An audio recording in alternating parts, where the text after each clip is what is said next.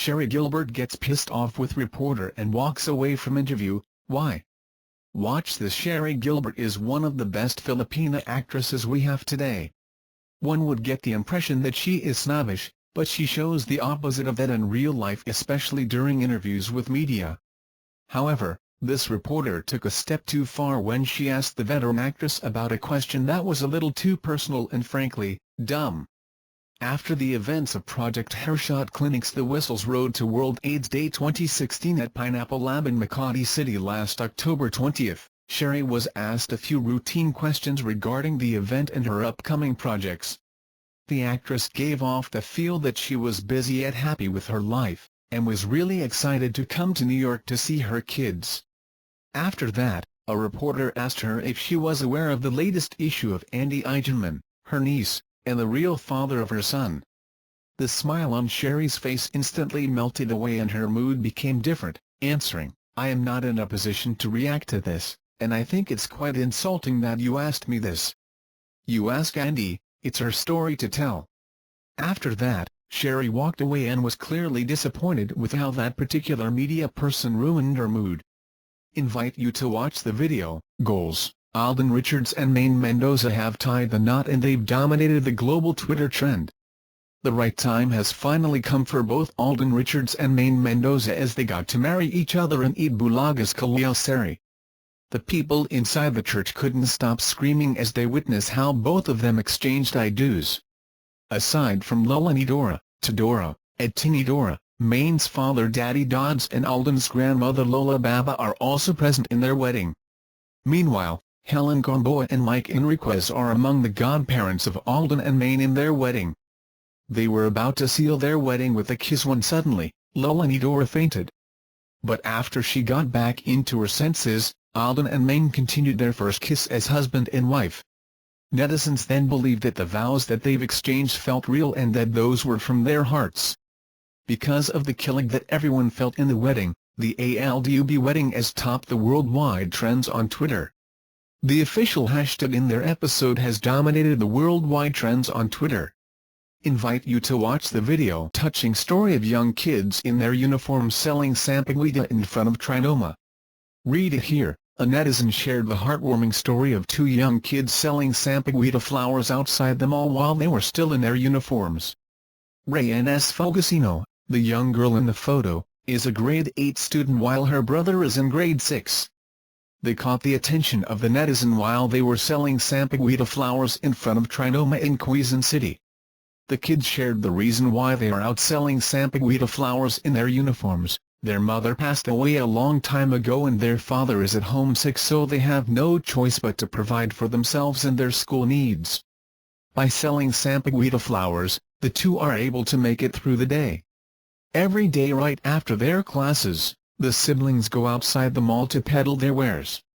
Ray and her brother came all the way from Marikina in the hopes that they would be able to earn a bit of money to help their financial situation. She even shared how, before they started selling, she was at the top of her class. Sadly, now that they are spending time outside malls rather than studying, she fell down to top 3. The netizen wanted to inspire millions of Filipinos by telling Ray and her brother's story and also to call for help to support siblings. Invite you to watch the video. Daughter of former Sanaganbayan Associate Justice rebukes the people who use lumad to bring down President Duterte. The daughter of the former Sanaganbayan Associate Justice Anicleto Badoy, Lorraine Marie Badoy, gave her insight on the recent riot between authorities and the indigenous people which took place in front of the Embassy of the United States. On her Facebook account, Badoy wrote that she was sickened by the episode, claiming that it was done to bring down President Duterte. "No matter if it is done in such a bumbling and blatantly cynical manner," she said on her post. She also said that simple-minded people are only divided into two, the pro and anti-Duterte, who both use fear and hate as weapons. And they wield these weapons and force the reframing of even the most sacred of events, death, and even the gravest of matters, the patently unjust and cruel ways the U.S. imperialist-run state has treated our national minorities throughout history, to suit whatever nefarious political agenda they may have, Badoy wrote. Badoy said that she can't wait to see the unfolding of the picture because it is in the utmost interest of the IP that we do. All I know is I stand solidly, squarely behind my brother and sister Lumad, my brother and sister Moro, and all our brother and sister minorities," Badoy said as she mentioned that the people know who the real enemy is. She also pointed her finger at the people who use the IPs who plans to put down the president. This president, who has shown great care towards the IPs, like no other president before him has. Their one best shot at finally getting the justice that has eluded them for centuries, Badoy said. Invite you to watch the video. Clinton and Democrats are looking past Trump, focusing on winning House and Senate seats. Hillary Clinton says she doesn't even think about responding to Donald Trump anymore and would instead spend the final weeks on the road emphasizing the importance of electing Democrats down the ballot. The shifting political map has now freed her and her well-funded campaign to spend time and money helping other Democrats in competitive races to help them seize the Senate and chip away at the Republican-controlled House. "We are running a coordinated campaign, working hard with gubernatorial, Senate and House candidates," said Robbie Mook, Clinton's campaign manager. And for good reason. After a merciless two-year campaign, the next president will face the daunting task of governing a bitterly divided nation. If Clinton wins, her prospects for achieving her goals will be greatly diminished unless her victory is accompanied by major Democratic gains in Congress. "We've got to do the hard and maybe most important work of healing our country," Clinton said Sunday at Union Baptist Church in Durham, North Carolina. Battling Trump's rigged election claims. For Democrats, there's another reason to try to run up the score. With Trump warning he may contest the race's outcome if he loses, Clinton's campaign is hoping for an overwhelming Democratic victory that would undermine any attempt by Trump to claim the election had been stolen from him. If Clinton wins, Democrats would need a net gain of 4 Senate seats to retake the majority. House control would be much harder, considering Republicans currently enjoy their largest House majority since 1931. Democrats would need a 30-seat gain, a feat they haven't accomplished in roughly 4 decades. In a rare admission of fallibility by the typically boastful Trump, his campaign acknowledged he's trailing Clinton as November 8 nears. "We are behind. She has some advantages," Trump campaign manager Kellyanne Conway said. "Still," she added, "we're not giving up. We know we can win this." Trump's slump in the polls come as sexual assault allegations continue to dog his campaign. On Sunday, one of his accusers, Jill Harth, said she'd countersue after Trump said he'd sue all of his accusers once the election is over. Harth and her attorney, Lisa Bloom, responded to Trump on Twitter with a statement saying they will countersue for the emotional hurt and lost income his attacks have caused Harth. Disputes over Trump's strategy. Clinton's nascent focus on helping fellow Democrats comes with an inherent contradiction. For months, she deliberately avoided the strategy employed by other Democrats of trying to saddle all Republicans with an unpopular Trump. Painting Trump as beyond the typical Republican was a strategy intended to help Clinton win over voters who identify as Republicans but dislike Trump.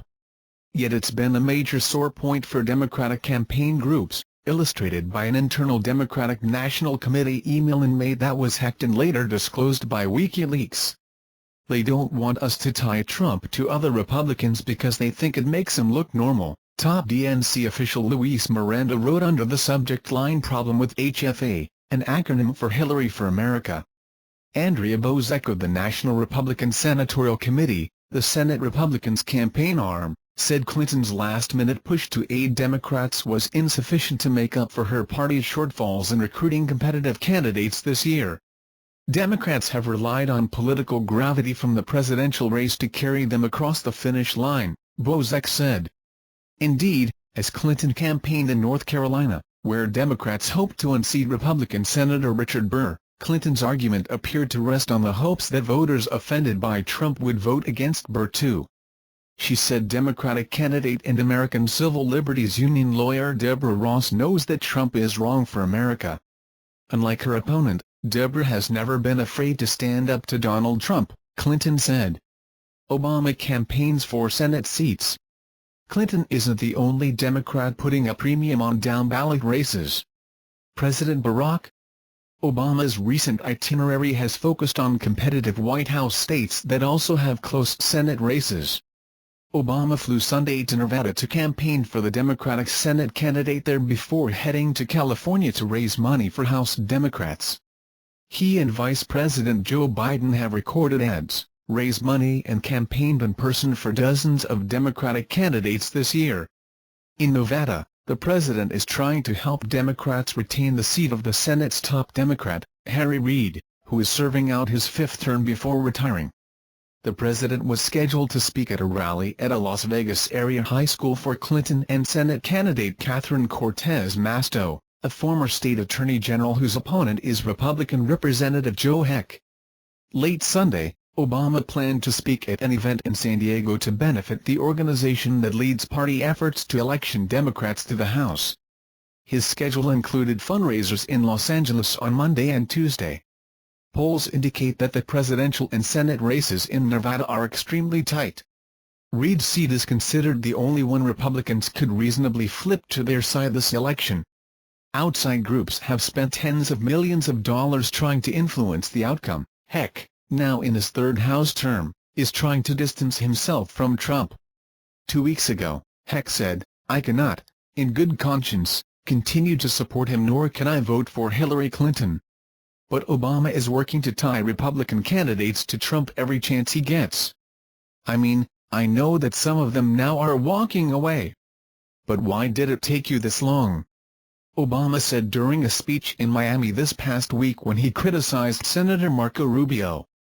Democrats need to pick up 5 seats to gain the majority in the Senate, or 4 if they hang on to control of the White House. The vice president casts time-breaking votes in the Senate. Thank you for watching videos. You remember the likes and comments below. Thanks.